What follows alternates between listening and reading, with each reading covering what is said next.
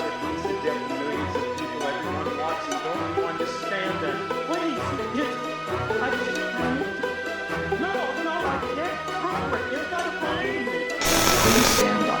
Stop it now. Turn it off.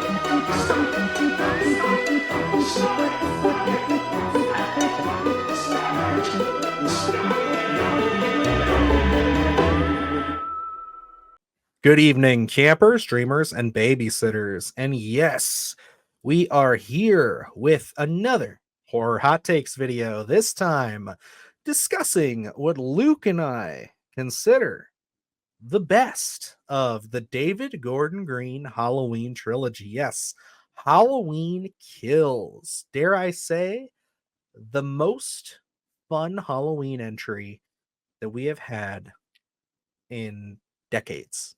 And I only say that because yes, I was there for 2018. Luke and I both in the theater. We were excited and we were like, this is gonna be a blast. It was a pretty fun build up to the theatrical experience. We had issues with that movie. We weren't the biggest fans of it. There was some things we've softened on, I think, over the years. Like I think we can forgive some things, but there's still a lot in there, especially humor wise, that just doesn't necessarily work for us. And then, Halloween Kills actually kind of worked for us. It's not perfect, but I think we kind of resigned ourselves that this wasn't going to be what we hoped out of the David Gordon Green trilogy. But Kills was an improvement. We like that. Certainly a different experience. Going into 2018, we had that long layover. We hadn't gotten a Halloween film. So we were excited.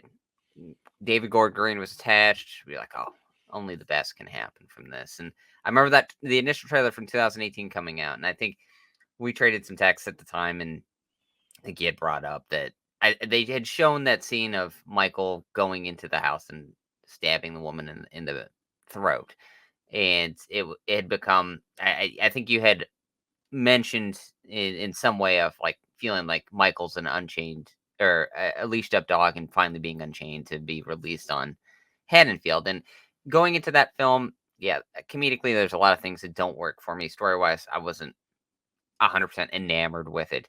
It just wasn't something we were overly excited about walking out of the theater. So I think going into Halloween Kills, very different experience where we had to re-rack our brains and say, we're not getting what we thought we were getting with this franchise. At least, 2018 wasn't as well done as we had hoped. So going into Halloween Kills, my expectation was low. The bar was set really low for this one to say, I just want to have fun with it. And I think it does produce those elements of, it's just fun. It's mindless fun. It's nothing we're adding a lot of gravitas to. It's just out there. We knew what to expect, and we get some crazy kills out of this one. So I think this one, looking at that trilogy of sorts for David Gordon Green, this is the most digestible for me to say. The least offensive take, I think, out of all of them. Yeah, and I think like this movie for me, it does have some of the standout moments, especially towards the beginning of this one. Like I seriously think that this has a few of the best Halloween moments we got out of this trilogy live in this movie. Like for me, I know you're not the craziest about like Michael Myers being this kind of, you know, unstoppable force that runs around and slashes people to death like very vigorously and out there. It's like that's a very Jason Voorhees kind of thing to do.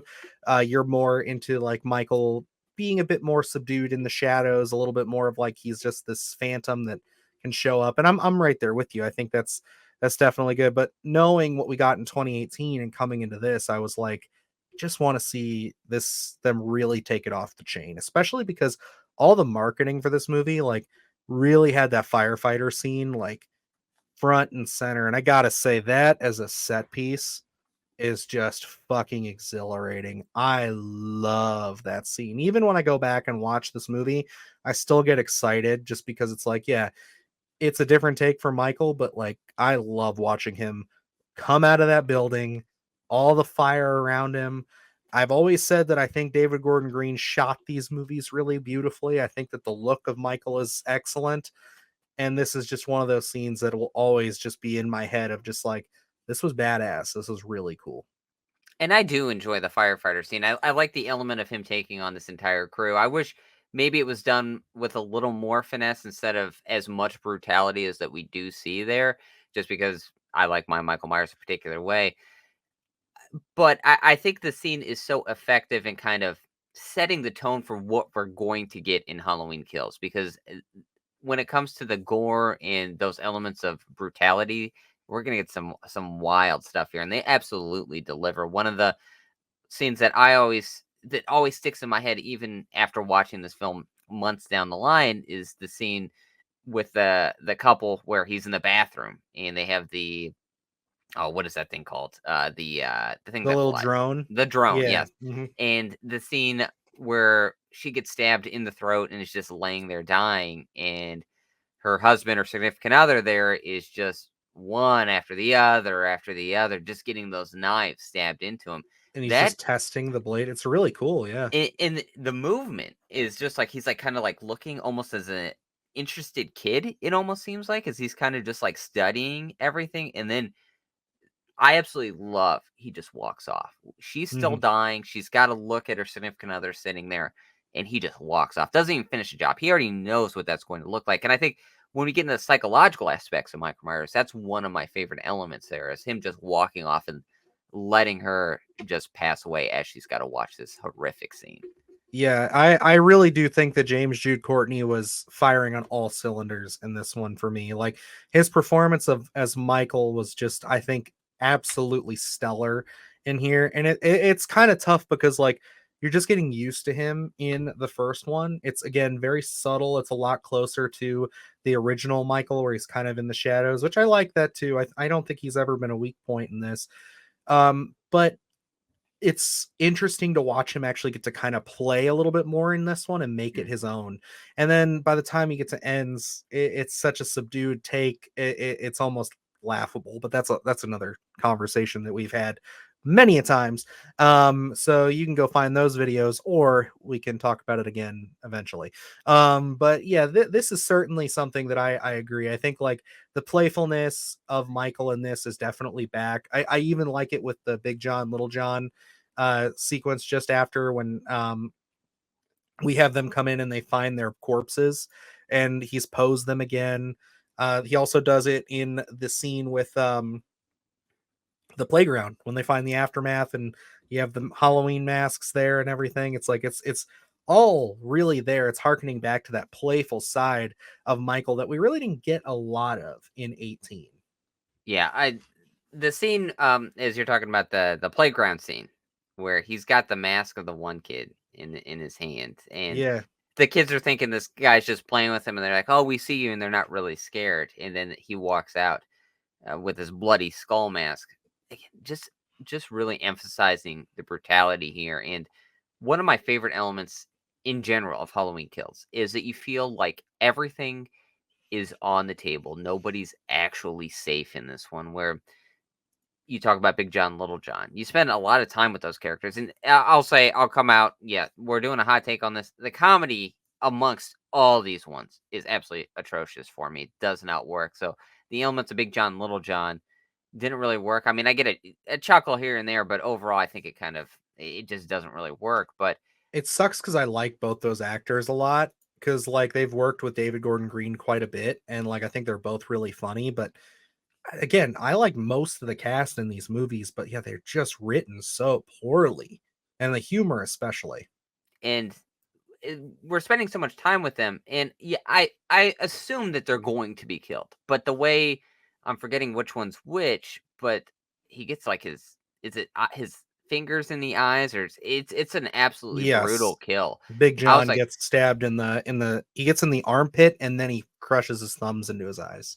and to get to that extent there, where it's just like, oh my gosh, we're really going full force with that brutality, and then even during the playground scene where you're with these characters for so long, you think at least one or two are going to make it out, and almost all of them just get dispatched rather quickly there in horrible fashion.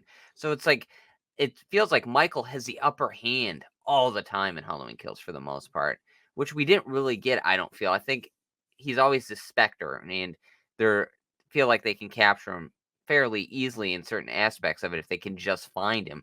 But even then, I feel like as everyone's matched up with Michael going toe to toe, and he's taken on 3, 4, 5 people at a time with ease. And I think I love that element about Halloween Kills where it just feels so scary. They really do bring that tension here, and it feels like even if I've been with these characters from the first one, doesn't mean they're making it to the third one anymore. It's like anyone can go. Yeah, it's certainly um one of those things where I found myself every time I go back to this enjoying this, because on one hand, I think the reason that they did it like this was because, again, it's the middle movie of a trilogy that was originally supposed to take place all in one night. So it makes sense to kind of have all the action and all the meat be in the center here. But it was, to me, the biggest thing that I really think they're trying to do and emphasize with this movie is like, by erasing the timeline and not having Michael as vicious or has killed so many people over such a long period of time, they almost like felt like they maybe needed to make up for it to make that Myers legacy stand out a bit more. Because yeah, he's racked up a bigger body count by the end of 18, but this still being the same night, it's like they're going to add to that. And you do get some of that reverberation back in Halloween Ends, where it's like, oh, they they talk about how many people he's killed and stuff like that, very briefly at the start there. And I appreciate that on one aspect, but yeah, I do think that you can't do that without departing from what Michael was as a whole. But again, I still enjoy it. I think resigning yourself and understanding that this is not going to be the trilogy of Halloween movies that I was hoping it would be right off the bat, I think saved a lot of this movie for me. Absolutely. And, we were all excited to see Jamie Lee back, I think, in 2018 to say, okay, what is this conclusion going to look like? And then finding that one a little more underwhelming than I had anticipated going into. I know a lot of people in Halloween Kills have the issue with, she's basically in the hospital the entire time. For me, I think it was a welcome change just because I didn't think what we got in 2018 was something that I was going to be riveting about at all, going out of the theater, talking about it a year later. So I just kind of wanted that departure. I wanted that little bit of a break to say, let's go on some side missions with Michael. Let's see what else we can do, what unique takes we can do, some unique kills, and just kind of build some more tension. And like you're saying, yeah, they even mentioned 2018. One of the characters says, "What he only killed how many people in that original night?" So he doesn't have that legacy of the body count that he had if we were using all the other films as canon. So as we go into here and we're just kind of building and building and building, I think it's a great setup for what could have been a very intriguing third film in there. Obviously, it turned out way different than what we were expecting, but I think the setup in Halloween Kills, especially toward the end there as Jamie Lee's walking out, and again, no one is safe in this one, and what we do get I think was phenomenal. I think it was a great build up. We really did set the table for that third one. Unfortunately, it didn't deliver, but I think at least Halloween Kills having fun with the body count, with some of the kills that Michael does do, and then kind of also pushing the story, while mildly, it does push the story enough to say, I can't wait for that third film. Agreed. And I think before we get into probably the biggest takeaway that I can say is my favorite part, and I think is universally everybody's favorite part of this movie, and why I still think this thing gets so much credit from me. Um, I do want to talk about some of the bigger issues. And I think that one of those certainly is the evil dies tonight, the whole mob mentality thing, having them kind of chase that guy off the roof. Or when he jumps out the window.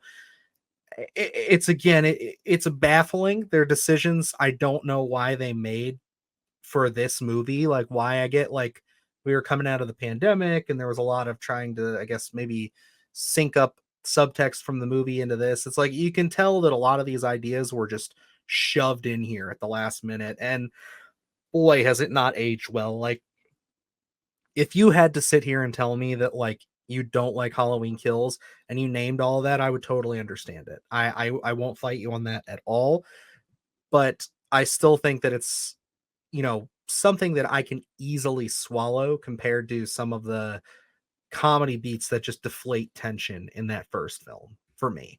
I think like that's the biggest sin that movie commits. And this one, at least, I can kind of get past that, and then we're right back to the gory, intense Michael stuff.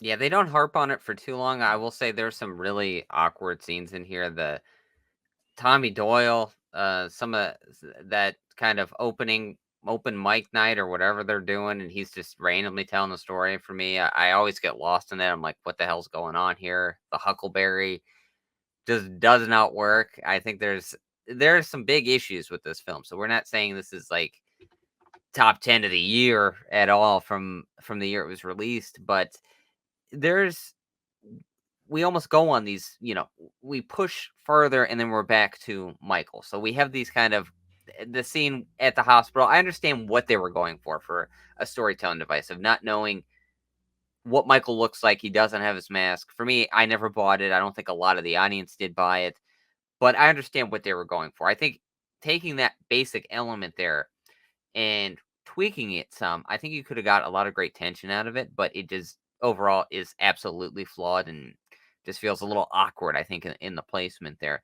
Adding in those elements of mob mentality, paranoia, I think was an intriguing concept, certainly, because we've seen it in other Halloween films to an extent, but it was never really doubled down on. I think they really did.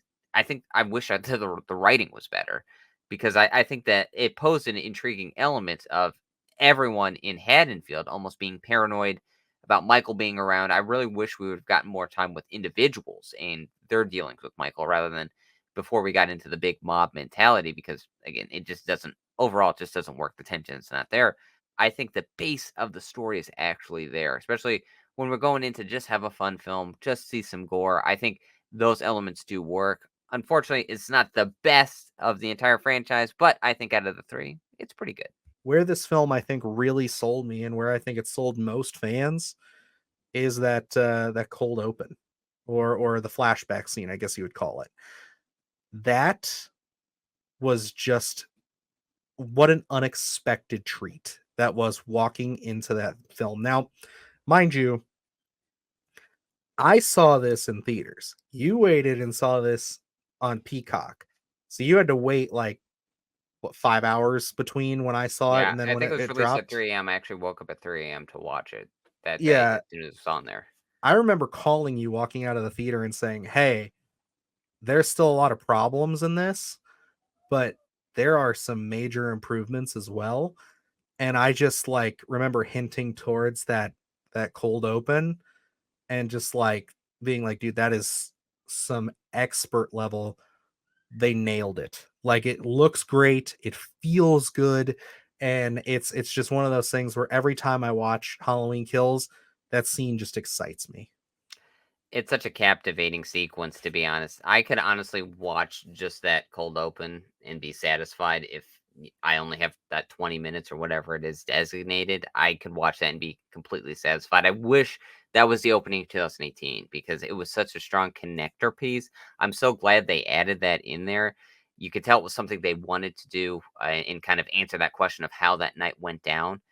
And it feels seamless. It feels like you could watch the original Halloween and then just watch that cold open and get some sort of closure in terms of how that night went for Michael Myers. So I absolutely love that they added that in.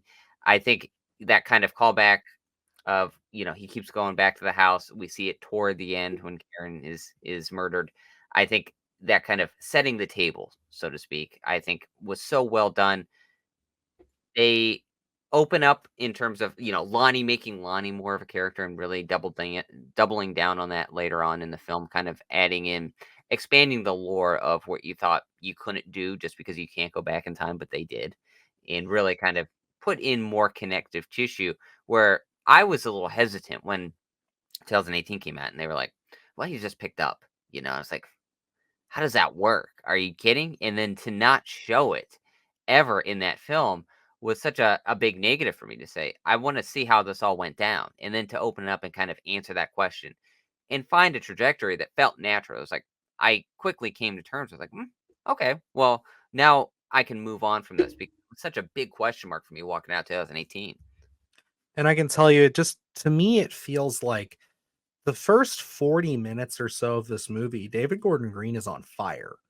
Like, he's figuring it out. Like, yes, there's a little hiccup here and there, but it's like he's absolutely, like, it seems like he really took the criticism that some Halloween fans gave him from the first, because let's not kid ourselves, we were very much in the minority on 2018. A lot of people praise that film, still praise that film, but like we were very much in the minority on that, and people were like, you nailed it. But it felt like he listened to some of the people who were like, man, I wish that this was, you know, a little bit closer, or they could have done this or they could have done that. And this scene very much feels like a, okay, I hear you. I'm going to go back and I'm going to correct that and I'm going to make this tighter. And it absolutely works. And again, I think that with taking out the mob stuff, working on, and again, we've already said it, the comedy, the characters in general throughout this entire trilogy are completely flawed. They're just not realistic. They're just not people. Like, it, to me, they are characters or characters. And you know, it's one of those things where it's like, I'll never really fully love all that. There is still enough here though for me to say that every once in a while I do get a hankering to put on Halloween Kills, and I do that. And that, I think, is why I have full confidence in to say that Halloween Kills, no matter where this sits for you in the entire franchise, is certainly the best of the David Gordon Green trilogy. Looking at this film, I don't know if it's just the writing in the writing team, because like something like Prince Avalanche, I enjoy that film, and that is something that was written and directed by David Gordon Green. It seemed like throughout this trilogy it was almost combative with each element, where it never felt like David Gordon Green's full voice to me. And I'm not making an excuse. I don't know. Maybe it was his full voice, but it seems like there was so much comedy shining through in certain elements that we never really got. I think some sort of coming of age story, not necessarily that we were going to get that in Halloween, but I think he excels in the type of storytelling. And I don't think we ever fully got that in the trilogy. I think maybe there were just too many hands in the pot and we never really got, let's add comedy here, let's add the gore here, let's do this, let's do that. So I don't think we ever got a true David Gordon Green voice in this one. But what we do get here, because there's some beats in here that really do tug at your heart. The boyfriend's death, I think that one was really well done. Again, it feels like anything's on the table, and those beats, I think you really do feel them when some of these deaths do happen. They're not just thrown by the wayside. I think we do really feel them with the moments on the screen. So I think that's what I do like about Halloween Kills, is they make the most of their moments. Yes, there's a lot of flaws in this film, but when they do something well, they really do it well. So I'm in 100% agreement. Obviously, we're doing this video on hot takes here. So I think this one out of the three is the most digestible for me. It's the one that I find myself revisiting. And honestly, I may turn this one on during my Halloween rotation here in the week. Yeah, no, I definitely do want to watch at least one of these, and it's always going to probably be this when I get that hankering. But yeah, I think that this is certainly something that, as we part ways from this trilogy, as we're getting further from it, and we're circling a series or we're circling another remake or whatever they end up doing with Halloween, I can say with full confidence that I understand why people love 2018 and they might put it above this, but this to me is just the one that works. This is the one that it fires for me. It makes this, at least this trilogy, this attempt, worth it in some degrees.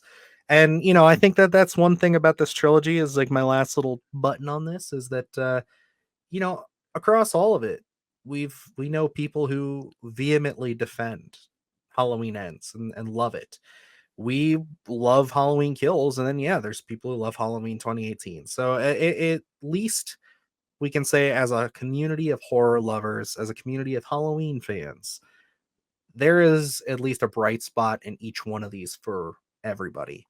So we'll just have to, I guess sit back and wait to see what comes next. Maybe the next time we see Michael Myers on the big screen or small screen, it will fare much better. But until then, I have no problem saying that Halloween Kills is definitely my favorite of the DGG trilogy. All right, guys. Well, that's going to wrap us up here for Halloween Kills. We definitely appreciate you sitting down and talking some hot takes with us. We'll definitely have another one coming to you in November. We're still kind of narrowing down what that might be. But if you have any topics, if you want to hear our thoughts where we might have some spicy opinions, feel free to drop them in the comment section below and let us know, where does Halloween Kills rank for you in the David Gordon Green trilogy? Or where does Halloween Kills rank for you in the franchise as a whole? We all know Halloween 3 is the best, so let's just put that out there. That's one of the best, but yeah, we'll see where that lands. I'm very curious to see what happens. So I guess until next time, I'm Dylan Newell, And I'm Luke Janesco. and remember, stay scared. Do the hard shit, gonna do it live. Cause Splattercast kick it every day they live. Splattercast, we slash your ass,